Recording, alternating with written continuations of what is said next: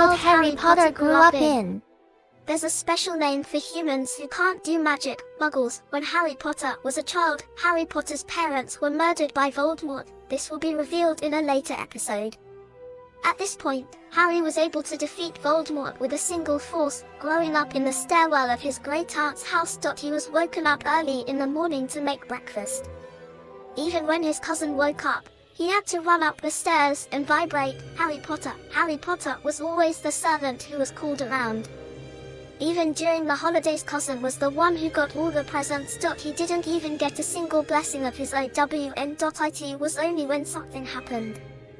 Harry realized he was different. The family was visiting the zoo for the weekend. Cousin didn't realize the extent of the problem. He was yelling at the sleeping snakes. Harry Potter was quick to stop him, but just then, Harry Potter said something that caused the snake to respond. Harry Potter said something that caused the snake to respond, and he thought it was incredible when his cousin saw the snake waking up. Came back to the table. He knocked Harry Potter down, and that's when it happened to Harry.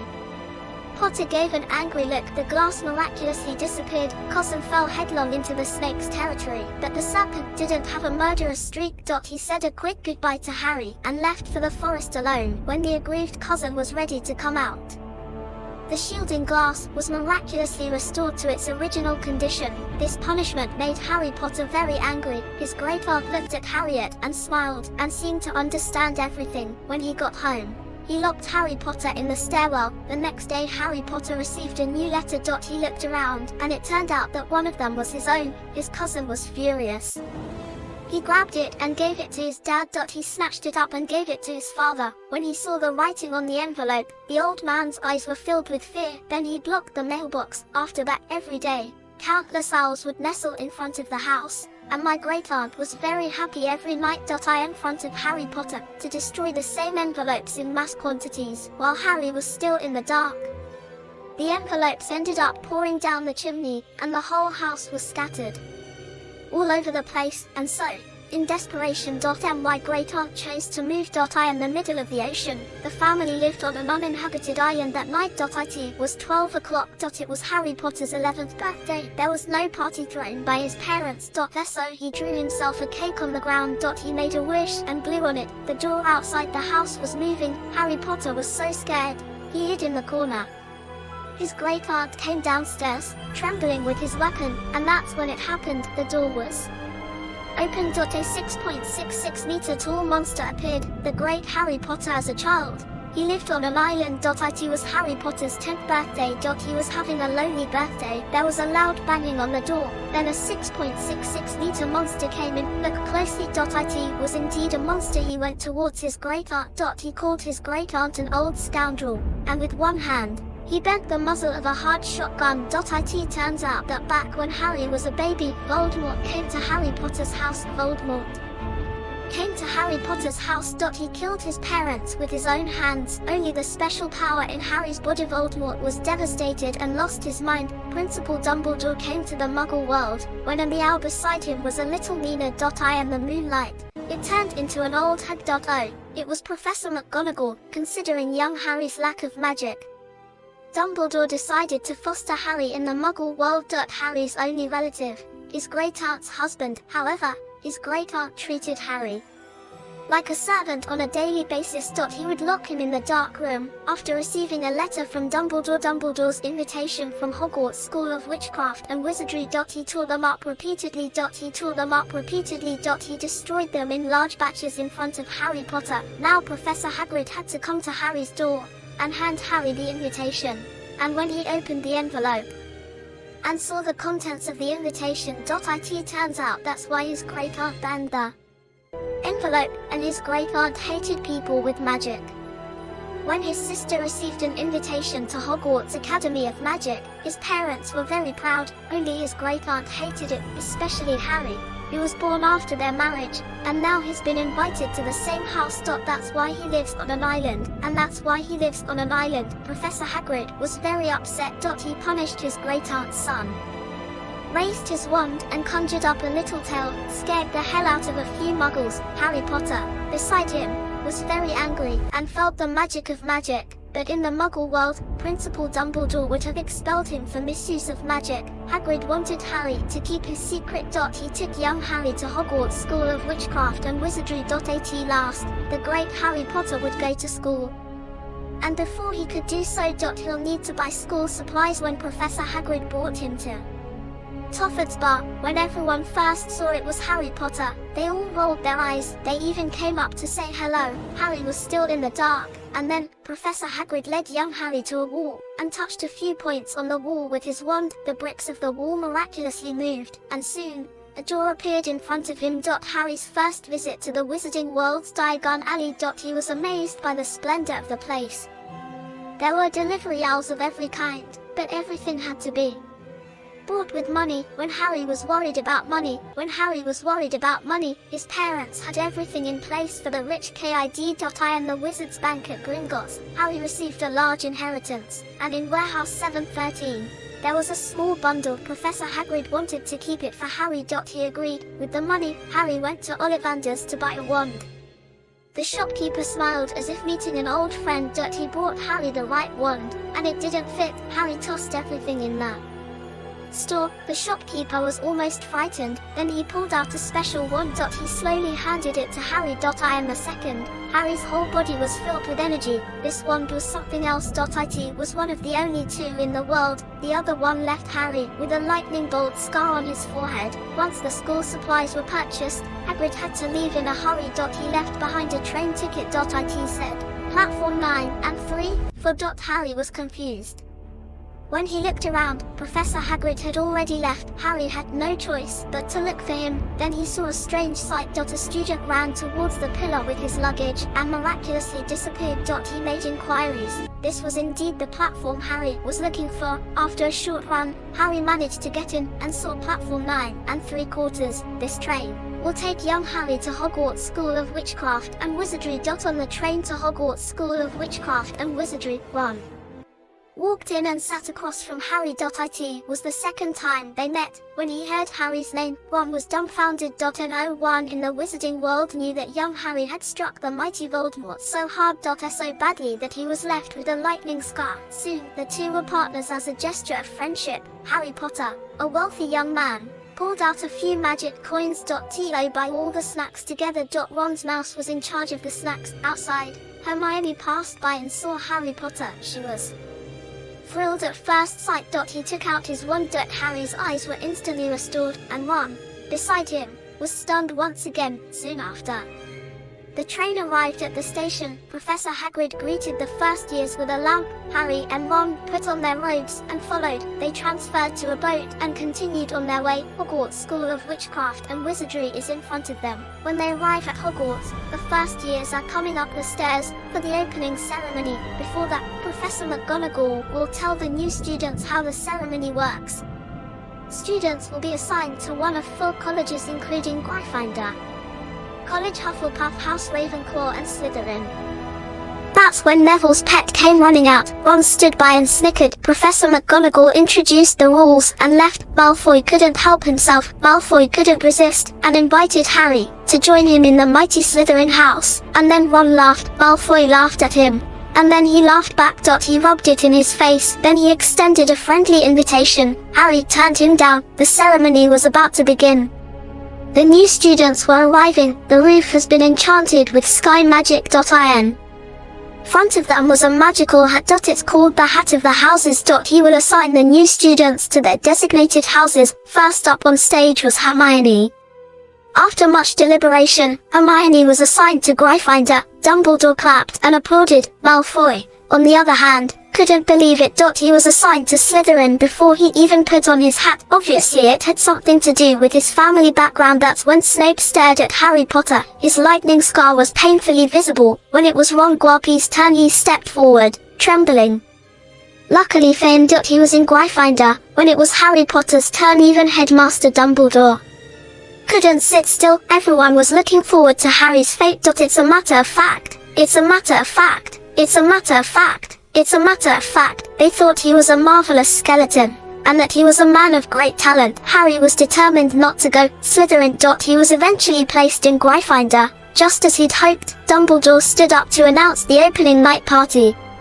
The tables were instantly filled with rows and rows of food. I wish every one of my fans had this kind of magic. After dinner. It was the beginning of a chapter in the wizarding world. First class at Hogwarts School of Witchcraft and Wizardry. First years Harry Potter and Ron were late. Hermione let out a hateful sigh, and they were thankful that the old witch, Professor McGonagall, happened to be away. A meow acted very strangely. It appeared as the old witch, and scared the two little melons silly.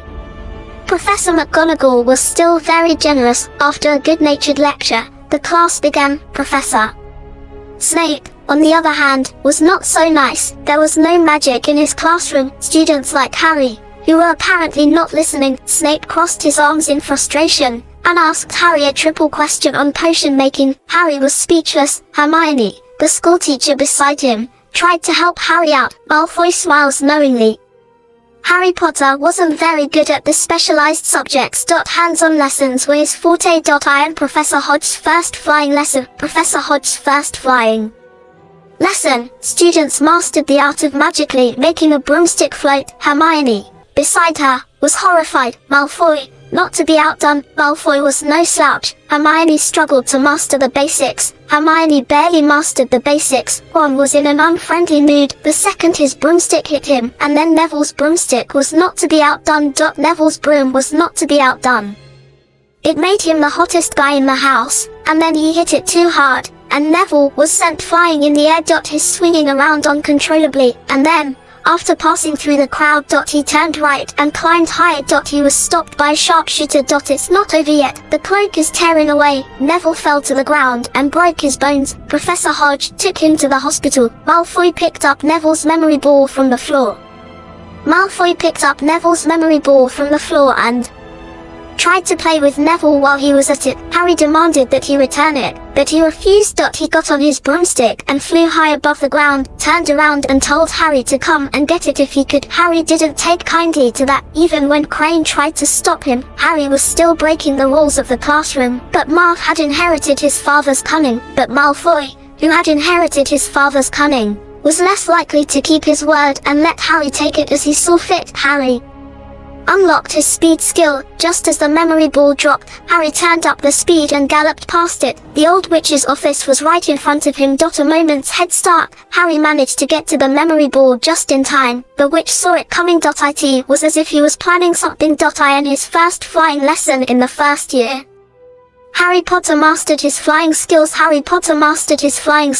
With ease. Even the old witch, Professor McGonagall, was amazed, taken to see someone. In defense against the dark arts, Professor Lodge held up a cutie. Professor McGonagall said she wanted to meet someone. Would the Quidditch captain of Gryffindor suggested Harry as a ball finder. Harry agreed with a bewildered look on his face.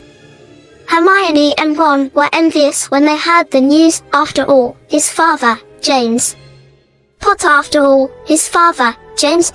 was a very good seeker. In preparation for this year's Quidditch match, Captain Wood took Harry through a practice session and explained the rules. Each team had 7 players. There were 3 ball chasers, 2 batsmen and a wicketkeeper and ball finder. After that, we'll take out the ball equipment. The first one is a ghost fly ball. It's controlled by the fielder. His final goal is to hit the ball into the opposing team's hoop. Captain Wood was in charge of that goalie, but to make the game more interesting, there will be a walker to add to the fun. It's a distraction for the players. If you're not careful, can lead to injury, and Harry Potter's mission is to take care of the golden thief in front of him. During the game, it is a priority. The opponent who catches the golden thief will win first. For the sake of this competition, Harry Potter was eating. Harry Potter received an unknown delivery. When he opened it, it was a broom with a light wheel of 2000. At that moment, the old witch smiled. Harry Potter realized in an instant, the Quidditch tournament had finally arrived. The chosen team rode in on their broomsticks. There were several stands set up on the field. The competing teams were Gryffindor House against Slytherin House. However, only Harry was a first year under the direction of Mrs. Hodge. After the ghostly ball went up in the air, the game began. A surging Gryffindor team held the ball through their opponent's barricades with a single breath of the ball is in the hoop. 10 points. Snape had a look of displeasure on his face, and the Slytherin was ungrateful, and Slytherin was very unorthodox. He was charging down the field with the ball, and he was met by Captain Wood with a dragon's tail, with an intentional smile on his face. When it came to Quidditch, Gryffindor was clearly the better team, another goal in the blink of an eye. And now it's time. I'm going to have to use the killer move, and hit the ball with a stick. Captain Wood was slammed to the ground. They're not going to put Wood in a violent position. Point 1. They've got the Gryffindors in the palm of their hands. Point 1 more point. Without Wood in goal, and just as the game was reaching a stalemate, Harry Potter's golden thief appeared next to him. He thought he had a chance to turn the game around. However, the broom was inadvertently out of control. Hermione looked through the binoculars and saw Snape not far away, muttering incantations. She suspected that he was casting a spell on Harry. Just as Harry was losing his grip, Hermione got under Snape's feet. Lacana in the Blamori. A flame burned Snape's clothes. There's a lot of confusion around the room when they realize it. Behind him, Professor Killer was a little dismayed. Then Harry's broomstick stabilized. The two ballfinders are battling for the key victory in the match. First year Harry Potter was not disappointed. He's desperate to win.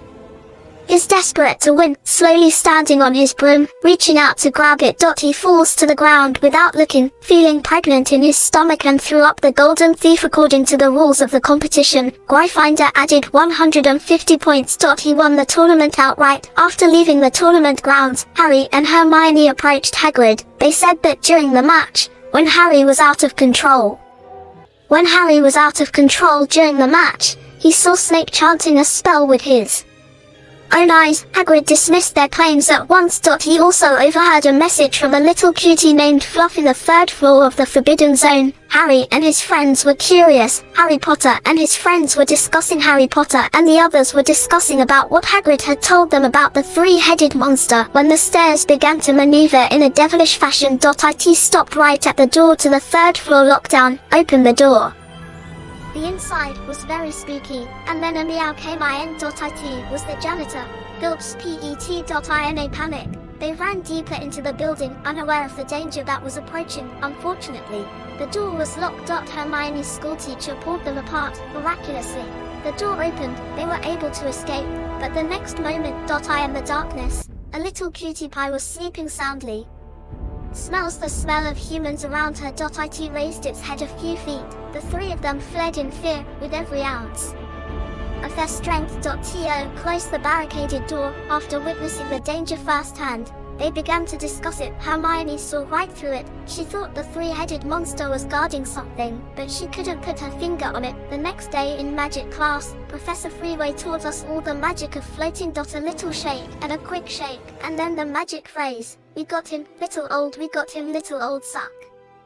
Suck. Hermione stops immediately. Ron's mistake. Ron was very upset when he heard it. Tell Hermione you can do it. You go ahead. Watching this scene, Ron was slapped twice, instantly not happy at that moment. Apparently, the wrong code words are very dangerous. Ron was particularly annoyed with Hermione's shag, and judged him with the others. Hermione happened to overhear the conversation, and left in a rage. That night at dinner, Hermione wasn't there. A classmate told him he was crying in the bathroom. Ron was so upset, he couldn't eat. Then Professor Chilton came in. He said there was a beast in the basement. Principal Dumbledore stood up. He told all the students to return to their dormitories. The professors went with him to the scene. On the way back, Harry grabbed Ron. Hermione is in the basement bathroom. On the other side, Hermione had just finished crying. She just looked up from the toilet. An unknown beast appeared in front of her. He scrambled into the toilet again. The beast took out the whole row with one swing of its wooden stick. Harry Potter and Ron arrived just in time. Took out their wands and put them on their arms to get behind the beast. He stuck his wand up his nose. The beast backhanded Harry and hoisted him up. It swung from side to side. Ron was left to his own devices. With Hermione's help. The stick managed to float, and in a flash, it hit the beast in the head and hit the ground with a heavy thud, and they were saved. They pulled the scented wand from their nostrils. At that moment, Professor McDonald and the others arrived. They blamed them for not returning to the dormitory. Hermione came forward and admitted her mistake. Harry and Ron came to his rescue. They were stunned by Hermione's bravery. In an instant, Harry realizes Snape has a wand on his foot. They looked at each other. He thinks Snape is the one who released the beast. After learning that the thing guarded by the three-headed monster on the 3rd floor of the Forbidden Zone, the thing that the three-headed monster guards, is a wizard. He can make the elixir of immortality. He can turn metal into gold, belongs to all the people who made the Wizard of Nicolette made. I think the wound on Snape's horn injury was caused by stealing the wizard from the restricted area on the 3rd floor. The three of them violated the rules of the school. They came to see Uncle Hagrid in the middle of the night. Hagrid opened the door and saw that it was Harry Potter. So he closed the door behind him.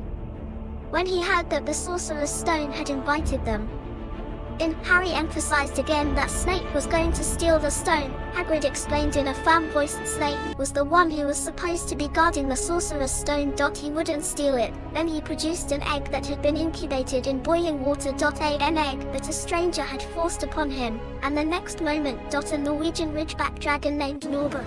Hagrid decided to name him Norbert. The little darling was overjoyed. He took a dino bomb right to his face. Luckily, Hagrid had a beard, and then Malfoy, who was just outside the door, saw what happened. Malfoy saw what was going on and left. The three of them headed for the dormitory. Professor McGonagall was waiting. So it was Malfoy who called the cops. Malfoy had reported them for leaving the dormitory at night in violation of school rules, and he got himself caught in the crossfire. He was an accomplice. After all, apparently, Professor McGonagall was on Harry Potter's side. In order to punish them, he decided to put them in the penalty box on top of the demerit points, and 10,000 WKs for Malfoy's heart. As a result, Hagrid was also punished. His newly hatched cutie, Dumbledore, sent them to Romania to live together, and with that, they set off in the dark. They followed Hagrid around the neighborhood. They found a pool of unicorn blood. That's what Hagrid was assigned to do. To find the cause of the unicorn's accidental death. Then they set off in two groups. Harry and Malfoy set off, and that's when it happened. A man in black was sucking unicorn blood in the distance. Harry Potter's lightning bolt scar ached. Malfoy was horrified. He saw that the man in black had two fangs. It scared him so much that he couldn't take care of himself. He ran away, leaving Harry Potter alone. When the man in black floated over to him like a walking corpse, Harry sat on the floor in fear. He was at his wits' end. Theron came galloping in and scared the man in black right out of the room. He told Harry that sucking the blood of a unicorn can give a man the value of an extended life, but the price was huge. The person would be half dead, half alive. The only one who could think of that was Voldemort himself. The next day, Harry and the others approached Hagrid again. They asked about the newborn dragon. Hagrid, they said that when the man gave the egg to Hagrid was told that the three-headed monster on the 3rd floor of the Forbidden Zone, the weakness of the three-headed monster on the 3rd floor of the Forbidden Zone. All you need is a piece of sweet music. It'll put the three-headed monster to sleep. When he heard that, Harry thought it was a bad idea. When he found out that Headmaster Dumbledore was out of the house, Harry and the others decided to break into the forbidden area on the 3rd floor. To protect the wizard from being snatched, Harry Potter and his friends ignored Professor McGonagall's advice. They went to the 3rd floor. When they went in to investigate the magic, they found that the three-headed monster had fallen asleep. The Harp of the Rainbow spell was beside him. After they moved the secret passage that the three-headed monster was guarding, the three-headed monster woke up quietly. A mouthful of ice cream dripped on Ron. They panicked and jumped to the ground, but it turned out to be a devil's web. Ron struggled to get up, but the net got tighter and tighter. Luckily, Hermione was the first one to get out of it. He was the first one to get out of the predicament. He commanded his two companions on the next floor. Harry Potter followed the instructions and was able to get out. Ron was the only one who was getting more and more nervous. Hermione remembered the spell she'd learned in the book, and finally, Ron was able to escape, and then they moved on to the next level. There are thousands of keys here, only one of them leads to the next level. This is where Harry Potter's Ballfinder comes into play. He gets on his broom and nets the right key, flying over the remaining keys around him, and issues another one. Harry gets the right key. He throws it at Hermione. At the last minute, he ducks inside the house to escape the danger, and it was Ron's turn to play his part in the next level. In a match of wizardry. In this match of wizardry, the only way to get to the next level is to beat the other side. Under Ron's direction, Harry was in charge of the item position. and Hermione was in the sniping position. This time, Ron had to be brave. He was the knight of battle. A battle of life and death was about to begin, but this was the real battle. Ron fell hard from his horse. Harry was finally victorious over the general. This time, Ron was not afraid. He stood up for himself. Harry asked Hermione to take care of Ron. Harry asked Hermione to take care of Ron. He came to a dark basement, what he didn't expect. The man in front of him was not Snape. It was the stuttering Professor Kilo. It turns out that Snape wasn't the one it wasn't Snape who was trying to sabotage Harry in the Quidditch match. It was Professor Kilo, who was sitting behind Snape. Even the trolls were brought to the school by Professor Kilo, and that's Snape's leg wound. He was on his way to the 3rd floor. He left it behind when he went to the 3rd floor to stop Professor Kilo from stealing magic. I'm sorry. Harry felt sorry for Snape. Harry became nervous. He was instructed by Professor Kilo to go to the mirror, and saw in the mirror that the stone was in his pocket, and it was obvious that it was. Harry lied about seeing his college win. At that moment, a voice revealed Harry's lie. Just as Professor Kilo released the bandage, Voldemort's face appeared. It turns out that after Harry's trauma, he was left with no choice but to take on a physical body. He told Harry to take out his pocket wizard. He told Harry to take out his pocket wizard, but it was in vain. A ball of flame blocked his path, and then Professor Kilo swooped in and took Harry down, and that's when it happened. Harry's hand lightly touched Professor Kilo's hand. He was slowly petrified, and then Harry put his hand on his face again. Professor Kilroy slowly turned to sand. Voldemort, having lost his body, tried to enter Harry's. Voldemort tried to enter Harry's body, but failed and escaped. When Harry woke up, he was in his bed. Dumbledore told Harry that the magic stone had been destroyed and that Harry had survived safely thanks to the protection his parents gave him. The hidden mark of self-sacrifice. It all comes down to love, and so the first year came to an end. Gryffindor House was awarded first place for the year.